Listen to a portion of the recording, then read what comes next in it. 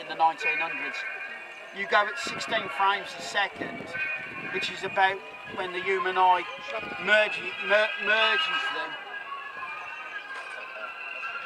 It gets quite loud as well, doesn't it? So it merges them at 16 frames.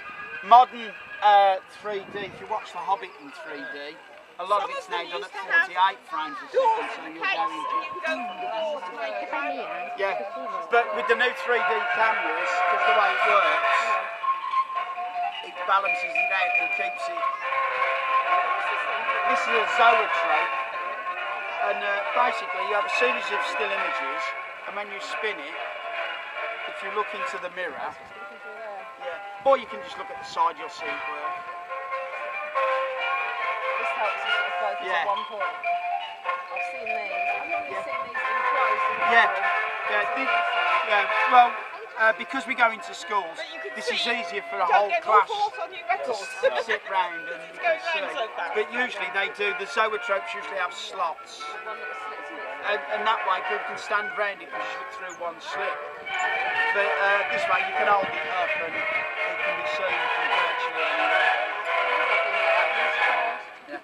And as I said, it's the same with the 3D viewers. This is a later one, so you've got, this one was made in 1890 and this one sort of 1920s thereabouts, and it works the same. Two images taken on a camera with the lenses set the distance of the eyes apart.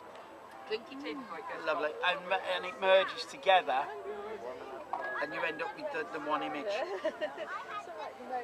My little thing, Stanhope thing, is in sort of a sepia tone, black and white thing. The image inside, faint. Yeah, the sepia.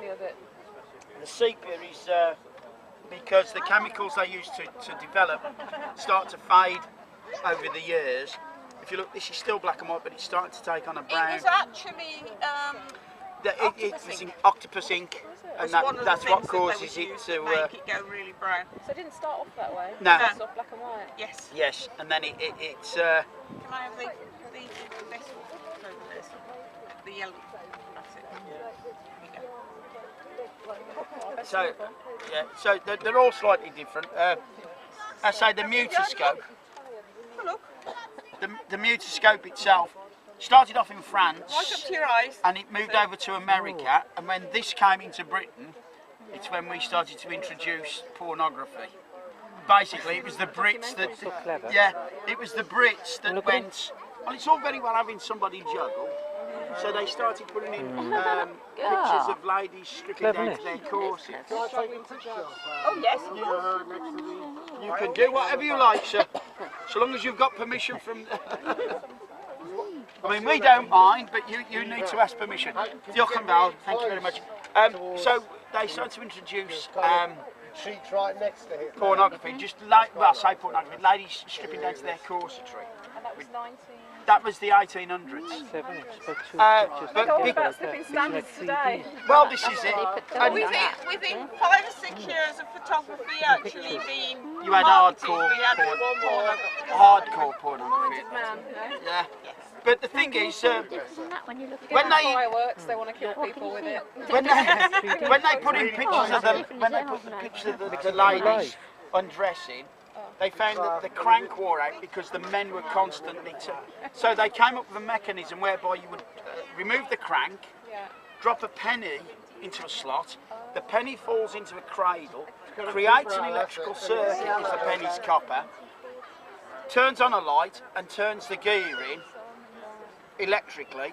The men watch, and as the lady starts to get undressed, it cuts out at the crucial point, drops a penny out, snaps back, put in another penny, and it carries on until it drops out. And they had about 200 pictures so that they could get a lot of money. This one has 20, which is about the optimum that you need. That's all you need is 20 images. So the first internet porn addicts were born. Yeah, basically. And you'll still find it at what the Butler saw machine, or a mutoscope as it's correct name, somewhere like Southend Pier.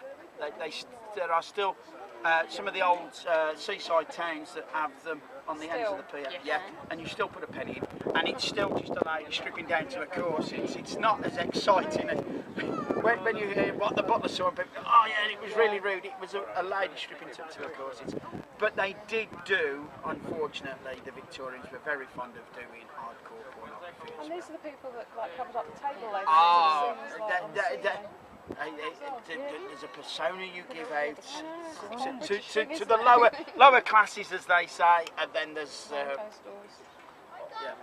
behind closed doors, isn't it? You know, it's all.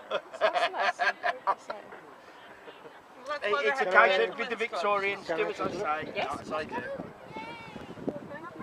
You're welcome, but please do get the stand out valued. Without knowing exactly what it's made out of, but the thing is, if it's worth 50 quid, it's worth 50 quid, you know, which is better than going up in it.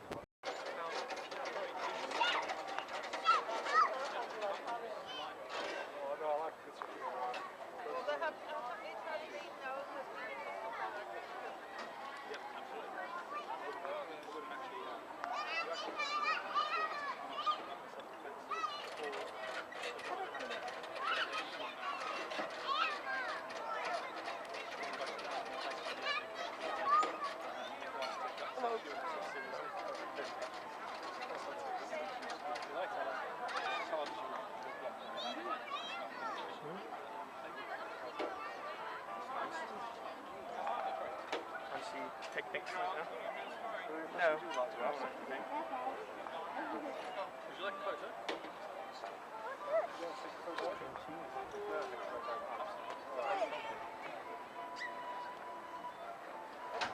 I'm particularly the fresh room is lovely, so I'm very envious. I'm actually Been seen it? Yeah, you watch it, don't put my tongue out.